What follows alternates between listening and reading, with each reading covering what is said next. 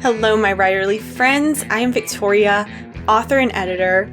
If you don't know, one of the things that I specialize in is helping writers craft an exceptional query letter and get a literary agent.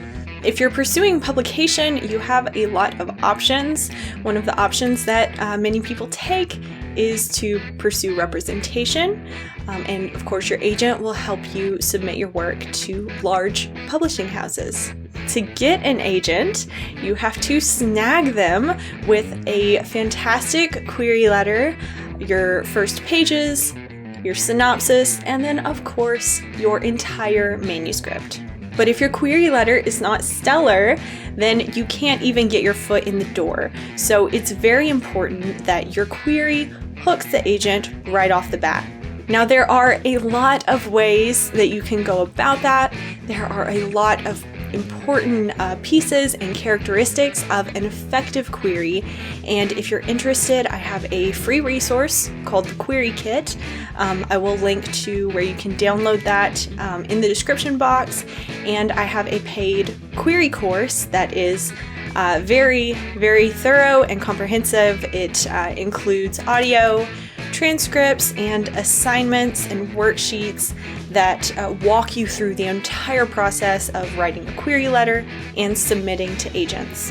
I also do one-on-one query coaching where we go through your materials with live sessions and walk through the entire process together of IDing those critical elements of your story and structuring your query letter in the best, most effective way possible.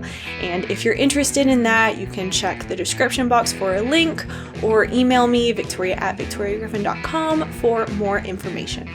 All right, on to the good stuff.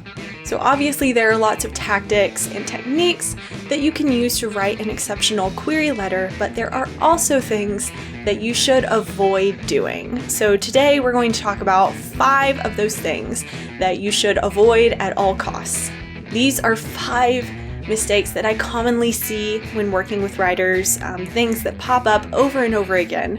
So if you are writing a query letter, especially if you're writing one for the first time, then you may want to check for these mistakes. First of all, you bury the lead. Oftentimes when I'm working on queries, I read halfway through the query letter before I find that sentence that grabs me, the one that really sucks you in and makes you want to read more and know more about the story. That is what we want to put right up front, right up top. The agent should be immediately sucked in by that first line. And this is one of those tendencies that we have kind of from high school English class. You want to introduce the story. You want to set everything up so that the reader, the agent in this case, understands, all the background information that you think they need. But we don't have time to do that in a query. You have to get right to the meat of it because you have one page. And that one page isn't really a whole page because it also includes the salutation, the closing, the signature. You have maybe 2/3 of a page to cram in as much of the good stuff as you can.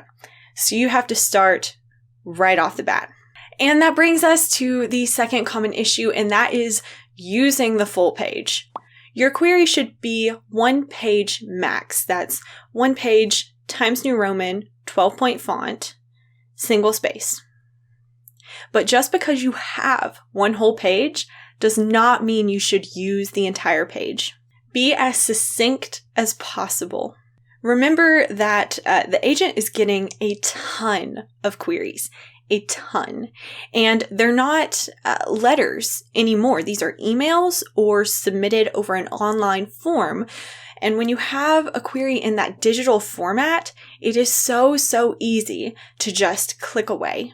So getting to the good stuff quickly, being concise, it both shows respect for the agent's time, and it demonstrates to the agent that you are a good writer who knows exactly what is unique about your story.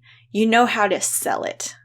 If you're concise in your query, it stands to reason that you will be concise in your storytelling as well. And of course, concision in storytelling is not necessarily about a low word count. It is about using all of your words. It's about eliminating the fluff, the redundancy, and leaving behind the pure, unfiltered story. The third common mistake is that writers tell about their story. In the mini-synopsis specifically, you don't want to tell, to speak about your manuscript like a reader or like a reviewer. You especially want to avoid bragging about your story. So lines like, my manuscript is a riveting tale of ... Or the manuscript features a dark yet humorous tone. These sort of things you can show in your mini synopsis. So rather than telling the agent about the tone of the story, just write in that tone. The exception to this would be when you're talking about comps and specs. So obviously in that portion of the query, you're going to be telling about your manuscript. But in the mini synopsis specifically, you can show these things rather than telling them. And that's going to be a lot more impactful. All right, number 4, your bio is longer than your mini synopsis. Of course, the credentials that you include in your bio, assuming that they are relevant. Remember, we are only including relevant credentials in the bio. That's great. That is a boon for you, and it shows why you are the best person to write that story. However, the focus should be on the story. At this point, you are selling the agent on your manuscript. You are not selling them on you. So if your bio starts overtaking the page and becoming longer than your mini synopsis, it's time to cut it down. You don't really need to list 20 publications. You can list 5 of your top publications and then say, and others. You can even list your exact number of publications beforehand. So maybe I have published more than 50 works of short fiction in publications, including this, that, and the other. So include relevant details about yourself and your history. Show the agent why you are the best person to write the book, but do not let your bio start encroaching on your story's territory. And the 5th common issue that I see in query letters, and this is a big one, is you give a play-by-play. You do not need to write out the story's plot. This is not a plot synopsis.